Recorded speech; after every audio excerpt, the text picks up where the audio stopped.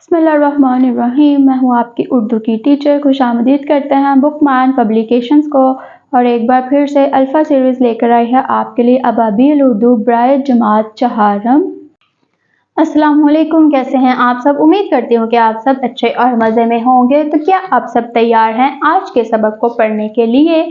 क्या आपको पता है कि आज हम कौन सा सबक पढ़ेंगे? आज हम सब पढ़ेंगे सबक नंबर 8 को, जिसका नाम है शेख सादी शिराजी रहमतुल्लाह अलैह की हकायात। तो उनकी हकायात पढ़ने से पहले हम अपने दाएं जानिब मौजूद हासिलात तौलम को पढ़ लेते हैं। इबारत का मकसद समझते हुए दुरुस्त तलफ़्फ़ुज़ के साथ रवानी से पढ़ सकेंगे।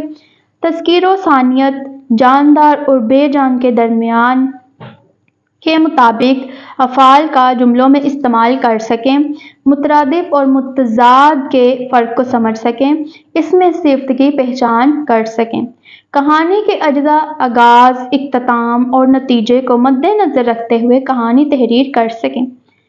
क्या आपको मालूम है ये चीज़ कि 1973 के आइन में पहली दफ़ा पाकिस्तान को इस्लामी जमहूरिया पाकिस्तान का नाम दिया गया?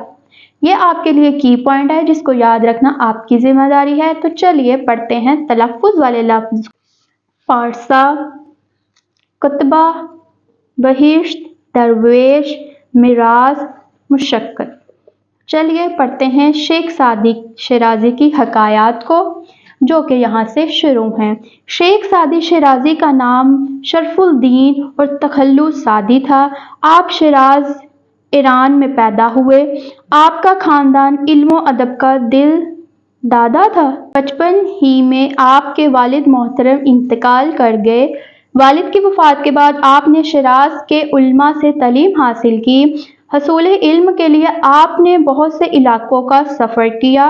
इस दौरान आपने कई तकलीफ़ें उठाईं और तरह तरह के तजुर्बात हासिल किए। आपकी हकायात से चंद दर्ज झेल हैं।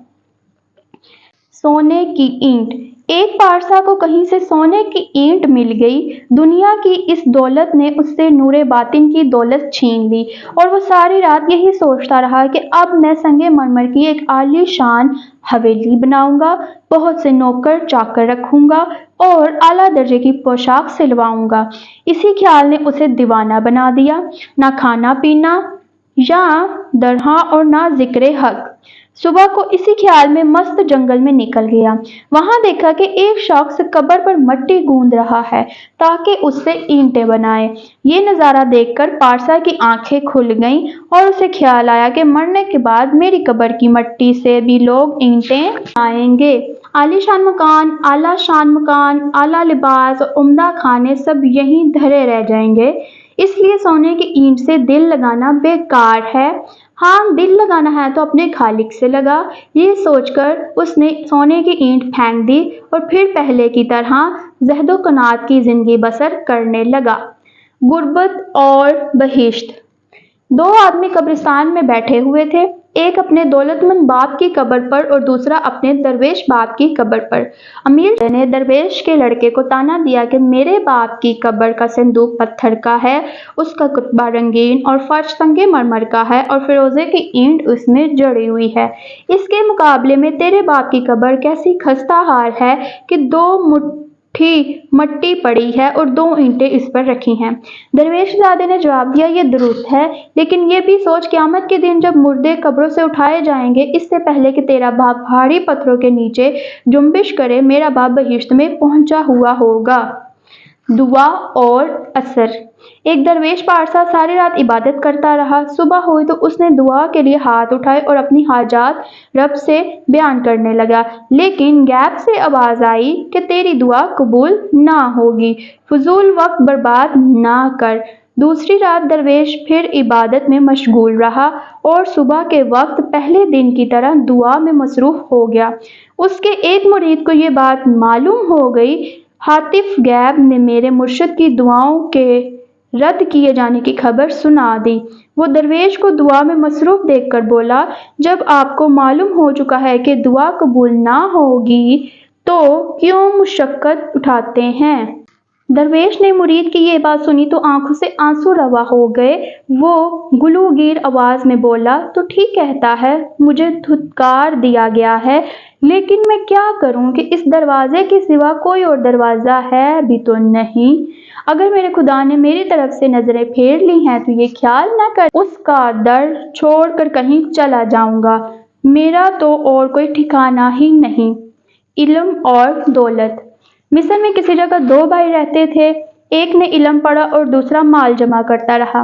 नतीजा ये हुआ कि पढ़ने वाला तो आलिम फाजिल हो गया और रुपए जमा करने वाला शाही खजांची बन गया। एक बार दौलतमंद ने आलम भाई की तरफ हकारत से देखकर कहा, हम खजाने के मालिक हो गए मगर तुम मुफलिस ही रहे। आलिम भाई ने कहा, भाई जान, मैं तो इस हाल पर खुदा का शुक्रगुजार हूँ कि उसने मुझे पैगंबरों की मिरास अता फरमाई, मगर आप हैं कि फिरौन की विरासत पर इतरा रहे हैं। दाना बाप। एक दाना आदमी को तजारत में बहुत नुकसान हुआ। उसने अपने बेटे से कहा, बेटा, नुकसान तो हमारा हो ही चुका है, लेकिन ये लोगों को ना बताना। बेटे ने कहा, अब्बाजान, मैं आपका हुक्म बजा लाऊंगा और किसी को नहीं बताऊंगा, मगर इसमें बेहतरी क्या है?